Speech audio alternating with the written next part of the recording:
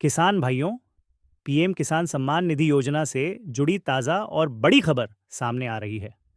केंद्र सरकार ने किसानों की आय बढ़ाने और उन्हें आर्थिक रूप से मजबूत बनाने के लिए इस योजना की शुरुआत की थी, जिसके तहत हर पात्र किसान को सालाना 6,000 रुपये की राशि 3 किस्तों में दी जाती है।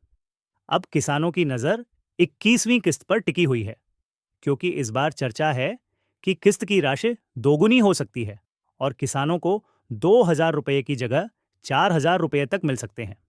ऐसे में हर किसान के मन में यही सवाल है कि क्या सच में पीएम किसान की राशि बढ़ाई जाएगी?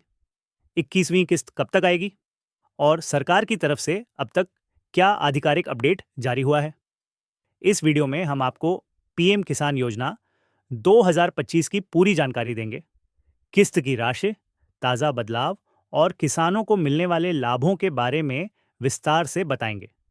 इसलिए वीडियो को अंत तक जरूर देखें ताकि आपको पीएम किसान योजना की हर नई अपडेट सबसे पहले मिल सके।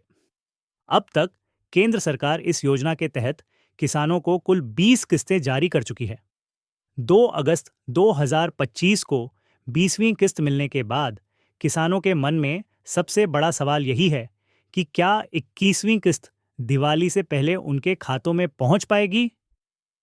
क्या त्योहार से पहले राहत की राशि ट्रांसफर होगी या फिर इस बार भी भुगतान दिवाली के बाद ही किया जाएगा?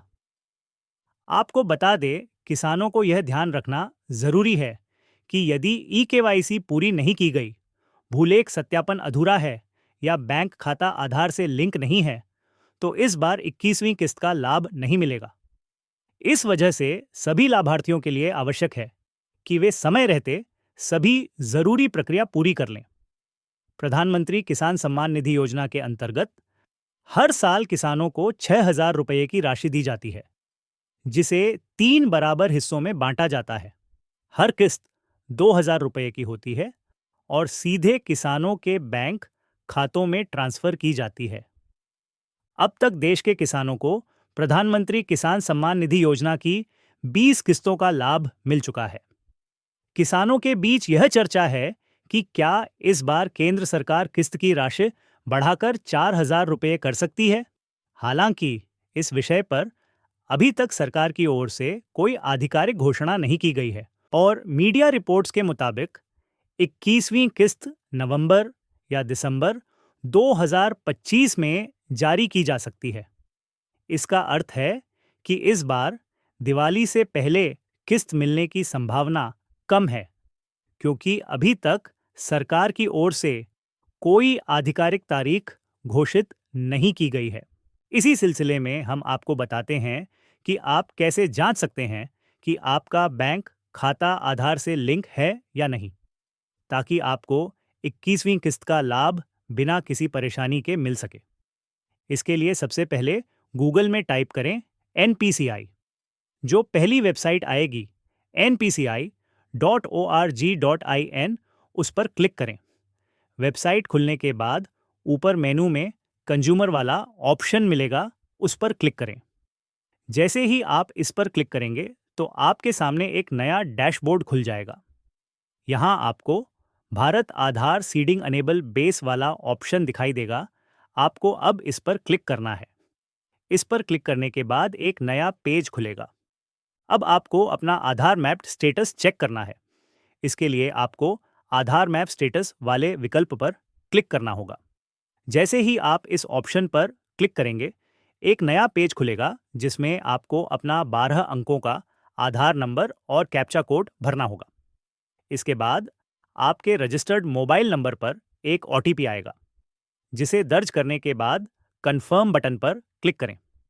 कन्फर्म करते ही आपके सामने एक डैशबोर्ड खुलेगा, जिसमें यह जानकारी मिलेगी कि आपका आधार किस बैंक अकाउंट से लिंक है, वह DBT डायरेक्ट बेनिफिट ट्रांसफ़र के लिए सक्षम है या नहीं, और आखिरी बार यह जानकारी कब अपडेट की गई थी।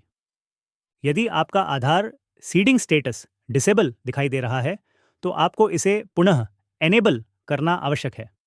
इसके लिए सबसे पहले NPCI की वेबसाइट पर जाएं और वहां मौजूद आधार सीडिंग और डी सीडिंग विकल्प पर क्लिक करें।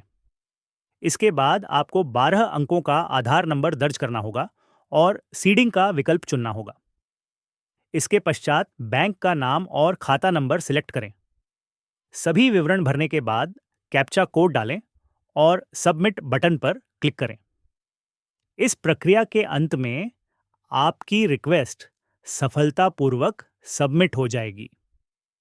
आधार सीडिंग के लिए आवेदन करने के बाद आपको 7 दिन बाद इसका स्टेटस चेक करना होगा। इसके लिए दोबारा एनपीसीआई की वेबसाइट पर जाएं और रिक्वेस्ट स्टेटस चेक विकल्प पर क्लिक करें। वहां आपसे आवेदन की तारीख, सीडिंग का प्रकार, फ्रेश या मूवमेंट और कैप्चा कोड भरने के लिए कहा जाएगा। जैसे ही आप ये जानकारियां भरते हैं, आपका सीडिंग स्टेटस स्क्रीन पर दिखने लगेगा। इस प्रक्रिया से आप न सिर्फ आधार सीडिंग के लिए आवेदन कर सकते हैं, बल्कि उसका स्टेटस भी आसानी से देख सकते हैं।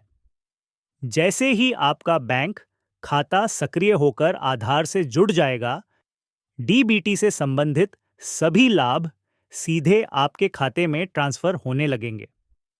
किसानों के लिए पीएम किसान योजना निस्संदेह एक सहारा है, लेकिन असली सवाल यह है कि क्या यह सहायता समय पर मिल रही है और क्या सालाना 6,000 रुपये बढ़ते हुए खेती के खर्चों को पूरा कर पा रहे हैं? क्या किसान सम्मान निधि की सहायता राशि को दोगुना कर देना चाहिए? और साथ ही क्या सरकार को यह राशि त्योहारों से पहले जारी नहीं करनी चाहिए ताकि किसानों की खुशियों में इजाफा हो सके? इस पर आपका क्या विचार है? हमें कमेंट में ज़रूर बताइए। अगर आप किसान हैं और योजना से जुड़ी हर अपडेट तुरंत पाना चाहते हैं, तो हमारे YouTube चैनल को सब्सक्राइब करें और इस जानकारी को ज़्यादा से ज़्यादा किसानों तक साझा करें।